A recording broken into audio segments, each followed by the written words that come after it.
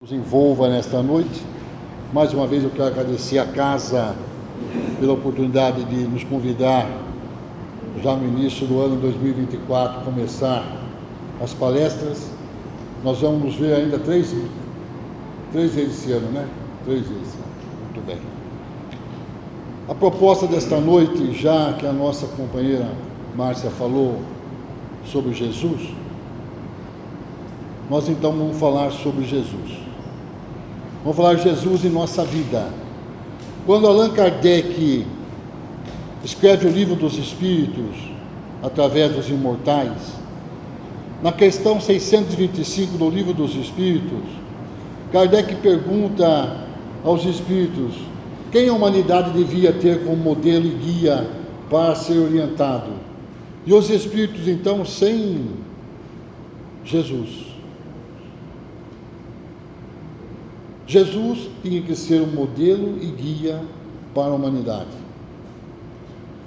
E logo mais à frente do Livro dos Espíritos, Kardec pergunta aos espíritos novamente: e por que então a humanidade não progride?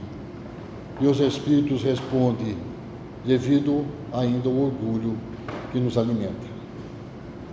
Muitos de nós buscamos os centros religiosos. Muitos de nós buscamos ter o contato com Jesus, místico e mítico, para adquirir de Jesus a cura.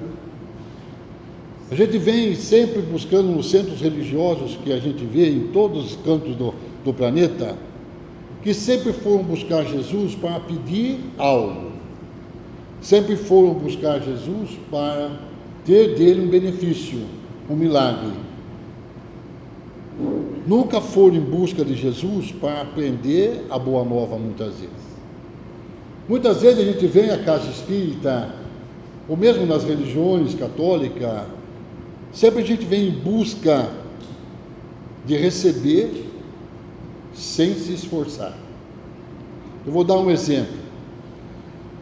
O cego Bartimeu, na estrada de Jacó, quando Jesus passava pela multidão, ele gritou: Senhor, Jesus, filho de Davi, me ajuda.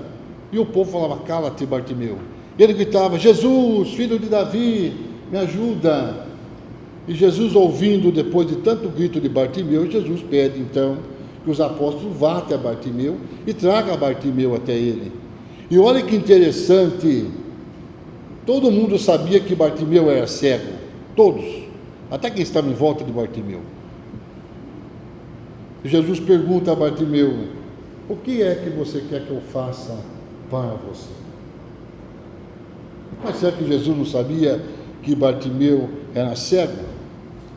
O que é que você quer que eu faça para você, Bartimeu? Ele falou: quero que o Senhor me dê a visão novamente, o Senhor me cure. E Jesus falou: então, tua fé te curou. Vá. E Bartimeu voltou a enxergar. E nós somos assim. Nós pedimos muitas vezes, não temos essa... Por que Jesus quis saber que Bartimeu queria? Para justamente nós livrarmos do orgulho que ainda nos cerca, porque a gente pede, mas não pede. E todos os milagres de Jesus, relatados na Bíblia e no Evangelho, foram provisórios e incompletos. Nenhum milagre de Jesus foi definitivo. Todos os milagres de Jesus foi provisório e incompleto. Vamos dar um exemplo? A multiplicação dos pães e do peixe no dia que ele faz o Sermão do Monte, ele multiplica os pães e os peixes para todo aquele povo que estava ali para se alimentar, só para aquele momento, porque Jesus não matou a fome do mundo. Não, só foi para aquele momento. A visão que ele deu a Bartimeu foi só provisória, incompleto, porque Bartimeu, depois da visão recuperada, voltou a mendigar. Jesus não deu riqueza a ele. Quando Jesus cura a mulher hemorraísa na Galileia, que toca em sua veste, porque Jesus não podia tocar nela, porque ela estava com fluxo sanguíneo, e aí, segundo a Bíblia judaica, se ele tocasse na mulher, ele ficaria impuro. Então a mulher que toca nas vestes de Jesus, na franja da veste dele, e ele então sente que saiu alguma coisa dele, ele pergunta a Pedro: quem tocou em mim? E Pedro: Senhor, quanta multidão, não sei quem tocou isso. E aí a mulher diz: eu toquei. E ele fala: filha, a tua fé te curou. Foi isso? Mas foi incompleto e provisório, porque não deu a ela a família novamente, que tinha abandonado há 14 anos. Ela não voltou com seu esposo depois de 14 anos. Por que Jesus, que a gente fala que foi incompleto, todos os seus milagres e provisório? Para que nós possamos, a partir do momento que recebemos aquilo que pedimos, começássemos então a nos transformar em pessoas novas. Se nós pedimos a cura de uma doença que está nos assolando, depois de curado, qual é a função nossa? Fazer uma revisão em nossa vida, pautar da nossa vida naquilo que é bom, naquilo que não faz mais, não é mais saudável, e tocar a nossa vida para a frente. O que nós fazemos? Nos acomodamos. Eu estou curado, vou no centro, tomo paz, os Espíritos me ajudaram, agora não preciso fazer mais nada. Volto novamente a cometer os excessos, volto a cometer novamente todos os erros que eu fazia no passado. A gente que acompanha o movimento espírita, nós que acompanhamos há mais de 40 anos, a gente vê que muitos que recebem da espiritualidade a oportunidade do melhoramento, não aproveitam a oportunidade da segunda chance, ou da terceira chance, daquilo que a espiritualidade nos deu. A gente desperdiça. E muitas vezes nós reclamamos, por que um é curado e o outro não?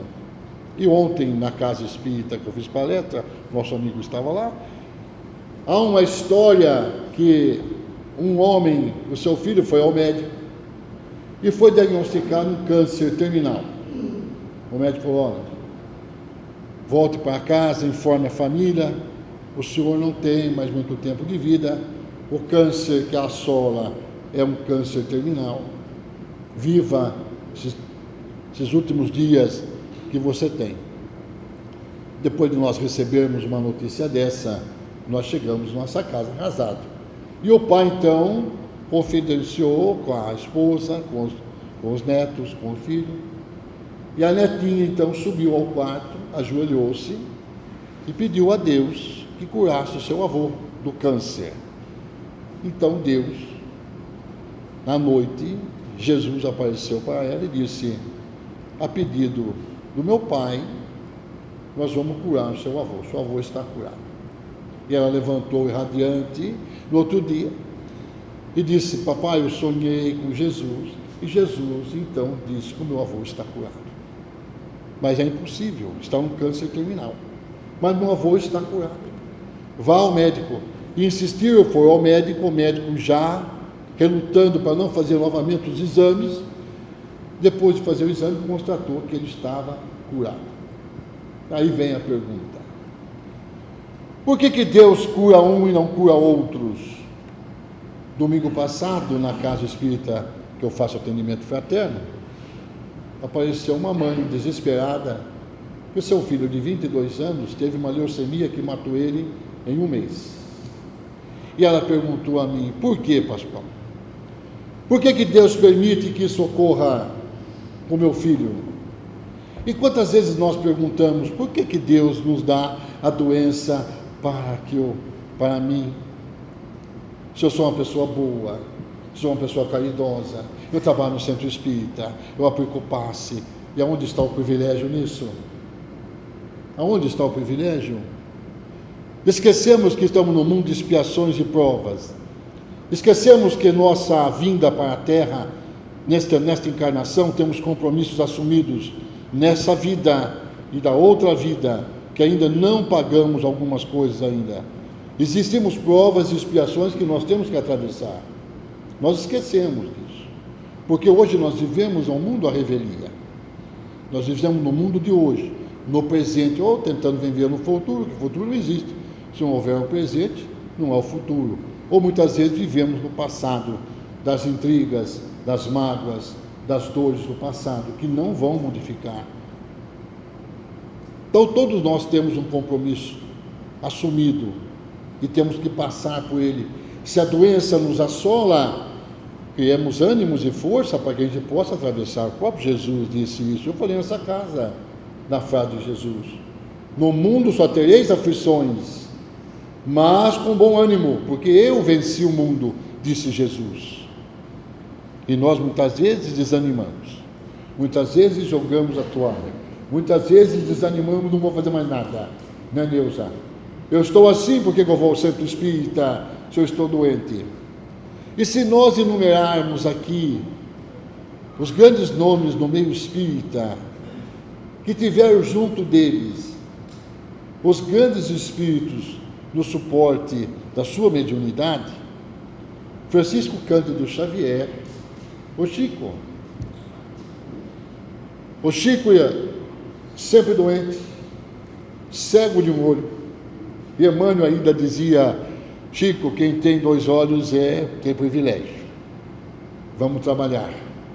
Quando o Chico ficou com a catarata muito forte de um olho. Chico tinha angina, eu vi pessoalmente Chico tomar remédio na hora do trabalho mediúnico, em Uberaba, na Casa da Prece.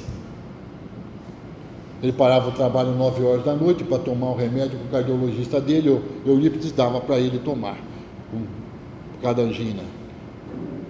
Por que os espíritos não curaram o Chico Xavier? Já que ele tinha em sua companhia Emmanuel, Sheila, Maria Dolores, tinha com ele Bezerra de Menezes. Por que Chico não foi curado por Bezerra? Já que Bezerra apresentava-se ao Chico toda a sessão, todo o trabalho mediúnico. Por que não? Por que os espíritos não privilegiaram Chico da cura? Porque Chico tinha um compromisso com aquela doença. Ele tinha que passar por aquele momento. Porque ele chegou para Zé Arigó, quando Zé Arigó quis operá-lo, e Zé Arigó visitou ele no Uberaba. Zé Arigó, quem aqui já conhece, fazia cirurgia espiritual, disse: Chico, eu posso operar você da catarata? Ele disse para o Chico, para o Zé Arigó: não, deixa a doença, porque essa eu conheço, vai que Deus mande outra que eu não conheça. Então deixe essa que eu estou acostumado. E Chico sempre foi uma pessoa de luz, com muita humildade, nunca ofendia ninguém, mesmo que se oferecesse uma coisa ruim para ele, ele tinha como sair daquilo. É o que mais hoje, segundo a espiritualidade, é aquele que realmente vivenciou Jesus na Terra. Mas nós também vivenciamos em alguns pontos. Por que os espíritos não curaram a Chico Xavier? Porque tinham o seu compromisso terreno. Era a sua redenção, era o seu momento de sair da matéria e chegar no mundo espiritual. Agora não tenho mais as dores do físico. E isso não impediu o Chico de trabalhar mais de 90 anos na mediunidade. E nós estamos aqui, uma dor no carro, a gente não vai ao centro. Hoje eu não vou trabalhar, tem a Neuza lá, tem a Marta, por que eu vou lá? O próprio Divaldo Pereira Franco conta que ele teve uma angina muito forte e foi ao seu médico cardiologista, e o médico disse a Divaldo Pereira Franco: Divaldo, você vai morrer, você trabalha demais, vai morrer, você tem que parar de trabalhar. E o Divaldo voltou à mansão do Caminho, sentado 15 para as 8 da noite, igual esse horário, parece Joana de Ângeli, o espírito guia de Divaldo Pereira Franco, e diz: Divaldo, vamos para o trabalho. Ele diz: não, mas você não vê que eu estou doente? O médico disse que eu vou morrer, eu estou com dor no coração, estou com uma angina, eu vou morrer. Eu falei: e daí que você vai morrer? Eu já estou morta, 100% morta, não tem nada, estou aqui, mas você não tem piedade de mim, olha a minha dor, falando para Joana. E a pior coisa que tem é mentor a mulher. Mentor a mulher é difícil. É que nem esposa, não perdoa. Então ela disse, eu vou ao trabalho mediúnico. E você fica aí morrendo. E o Divaldo pensou bem e falou, melhor ir para o trabalho mediúnico. E foi ao trabalho mediúnico. Conclusão, Divaldo está aí com 95 anos, vivo até hoje. O médico cardiologista dele morreu. Muitas vezes nós deixamos de trabalhar porque nós nos sentimos doentes. Jerônimo Mendonça, o gigante deitado, que fazia palestra numa Kombi. Eu tive a oportunidade, e ele veio a Piracicaba, numa maca. Quando ele foi dar a palestra, o quarteirão inteiro fechou de pessoas, porque todo mundo queria conhecer Jerônimo Mendonça. Ele viajava o Brasil inteiro numa Kombi, deitada numa maca, lotava cinema, auditórios, pregando o espiritismo. Ele não enxergava. Vou fazer uma passagem que já não dá tempo. Jerônimo Mendonça, aos 18 anos, fica paraplégico. Aos 20 e poucos anos, ele fica tetraplégico. Ele perde a visão, dificuldade para respirar. Ele dorme agora numa maca, com um peso de 40 quilos no peito, mais ou menos, para poder dormir à noite, porque a dor é intensa no seu peito. E nunca desistiu de Jesus. E quando ele foi desistir, uma hemorragia muito forte toma Jerônimo Mendonça, ele pede para os amigos levar ele a Uberaba para ver o Chico Xavier. E chega a Uberaba todo ensanguentado, e Chico entra na sala e vê Jerônimo com hemorragia. Chico já recebeu Sheila, o espírito de Sheila, que inunda o ambiente do cheiro de rosas, quando ela aparece. Ela diz assim, vamos beijar nossa rosa vermelha, que era Jerônimo Mendonça. E Chico diz a Jerônimo Mendonça, você vai morrer, mas não hoje, mas você vai morrer. Sabe do quê? De coitadinho. Está sentindo pena de si mesmo. E naquele momento, a hemorragia se estanca, e aí, a partir daí, Jerônimo Mendonça começa a pregar o espiritismo no Brasil todo, viajando numa maca. Eu tenho até foto com ele, aqui na Praça da Bonifácio, há muitos anos atrás, que ele vinha numa maca, fazia a pregação, falava do espiritismo. Não enxergava mais. Uma moça lia para ele os livros espíritas, e ele fazia essas palestras em cima da que a moça lia para ele. Veja que fantástico! Quando Jesus recupera aqueles doentes, é para mostrar para eles, dê sequência à sua vida. Quando cura o leproso, dos 10 leprosos na praia, e Jesus manda chamar os 10 leprosos, e Pedro fala, quanto vieram? Pedro, só um, Senhor, ter a boa nova, porque os 9 deu no pé. Foi provisória a cura de Jesus também, naquele leproso, porque depois morreu de outra doença. Mas o tempo que ele permaneceu em são, ele usou para pregar a boa nova de Jesus. Veja que interessante. Se nós recebêssemos todos os milagres que nós queremos receber, vamos fazer uma avaliação em nossa vida. Muita coisa que nós pedimos a Deus, merecemos. Vamos ser honestos conosco, não. Merecemos muitas vezes? Não. Se nós pedíssemos a Deus algumas coisas e Ele nos desse, será que nós íamos saber usar aquilo que Ele nos dá? Com eficiência e eficácia em nossa vida? Quando nós recebemos a cura que nem Chico Xavier, se recebesse a cura, não tivesse mais doença nenhuma, será que ele teria atravessado a vida acreditando em Jesus? Tem um seriado na televisão, eu estou assistindo por uma outra plataforma que é muito mais rápida do que a televisão comum, aberta, chama The Chosen. Quem não assistiu deve assistir. É uma dos seriados que eu assisti sobre Jesus, porque quando eu comecei no Espiritismo, aos 14, 15 anos, eu fiz teologia com o Frei Augusto para entender Jesus. E até hoje estudo para não consigo entender. Porque, né? Então, até hoje a gente estuda. Então, quando você assistir esse seriado The Chosen, foi o mais autêntico que chegou perto daquilo que seria Jesus, um homem comum, inteligente, sapiente, um homem do povo, um homem, não aquele homem místico, Jesus coroado de luz, tudo, mas um homem do povo, inteligentíssimo, espírito de primeira ordem, como está no livro dos Espíritos, primeira classe, primeira ordem, espírito perfeito, está lá no livro dos Espíritos. E no The Chosen ele é um homem assim daí.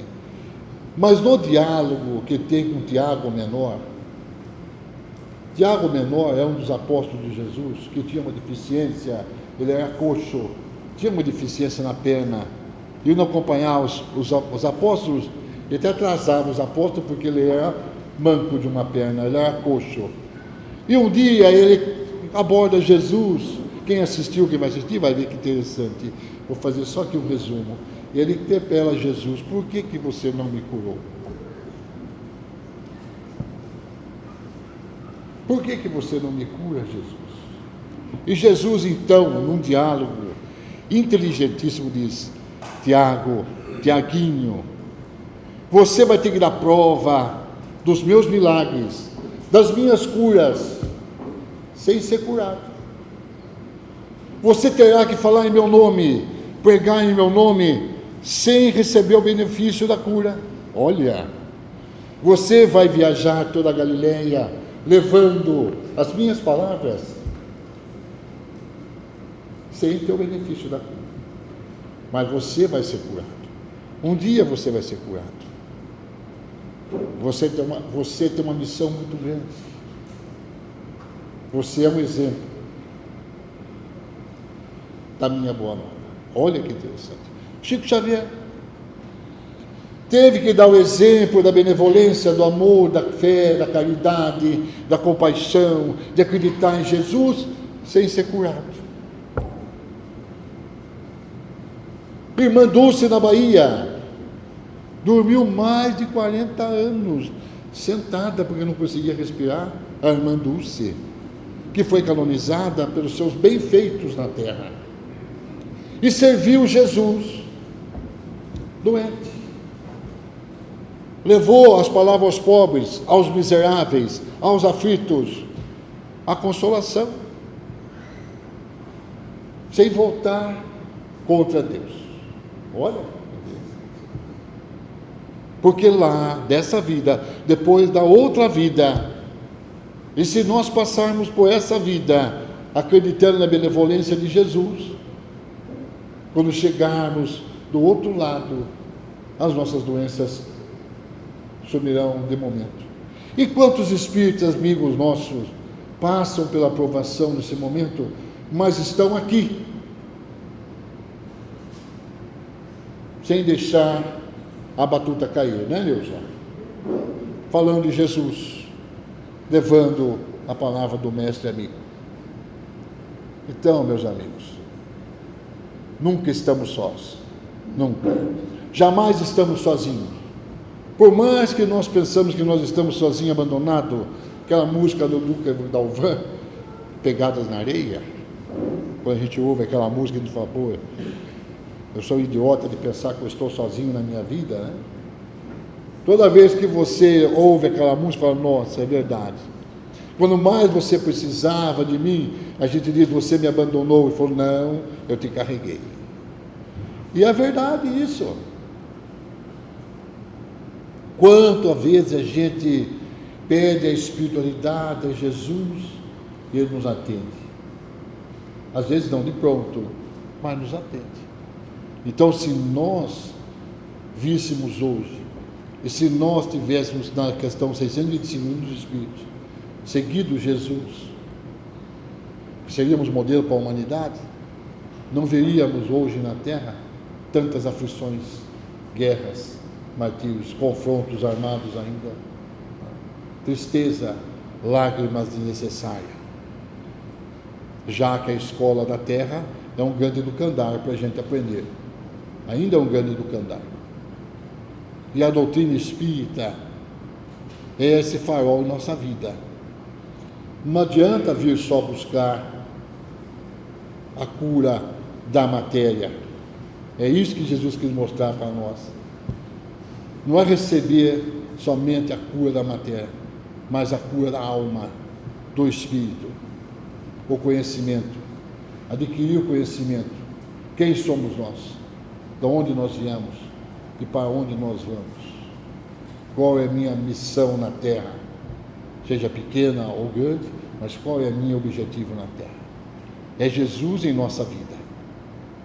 Se nós fizéssemos isso, nós estaríamos um pouco melhor, né? Atravessaríamos as dores que nós temos que atravessar com fé. E muitos de nós, muitas vezes, deixamos a fé de lado. E ontem, para encerrar, acabando a palestra, por isso que não pode levar a esposa na palestra. E ontem, vindo embora da palestra, minha esposa falou: você vai ver que a palestra foi para você? Aí eu fiquei irritado. Foi para mim. Estou todo dia no centro espírita, contando a minha história do zumbi do ouvido e tal. Falou: outro dia, eu comi um camarão, que eu não posso comer camarão, e tive uma alergia, e você disse: eu não vou no centro, porque eu estou com alergia. Ela olhou para mim e falou assim: você, por causa de uma alergia, queria deixar de ir ao centro espírita. Foi, mas eu estava doente. Ela falou: você não contou a história de volta? Então a lição foi para você. Então, não pega ainda ontem, depois da palestra. Então, meus amigos, para a gente não ter puxão de orelha, quando nós sentirmos a necessidade de vir à casa espírita, mesmo doente, rastejando, eu não vou, eu vou, mas estou rastejando, mas eu vou na casa espírita, porque ela tem os benfeitores encarnados e os benfeitores encarnados que nos socorrem. Quando estou ruim, mal, vou à casa espírita para receber um passe, um alento dos meus amigos. Então sejamos aqui, porque todos aqueles que encontraram Jesus em seu caminho se modificou. Maria de Madalena, Joana de Cusa, o mesmo Rafael, aquele doutor do Sinédrio, Caifás, Pilatos, tiveram que se curvar diante de Jesus, não é? Então todos eles se modificaram. É óbvio que essa palestra é longa, mas eu quero deixar aqui esta noite que nós não desistemos de nada. Ele está conosco. E sejamos o exemplo de Bartimeu. Senhor Jesus, Rei de Davi, me socorre, me ajuda. E Ele vai nos ouvir. Muito obrigado pela noite, pelo carinho. E eu quero que vocês insistam de Deus, para que vocês possam aprender o que é a vida de um escolhido, a vida de um apóstolo junto do Mestre Jesus. Muito obrigado, que Deus abençoe a todos, que Jesus coloque em vocês muita paz e muito amor nessa noite. Muito obrigado. É isso.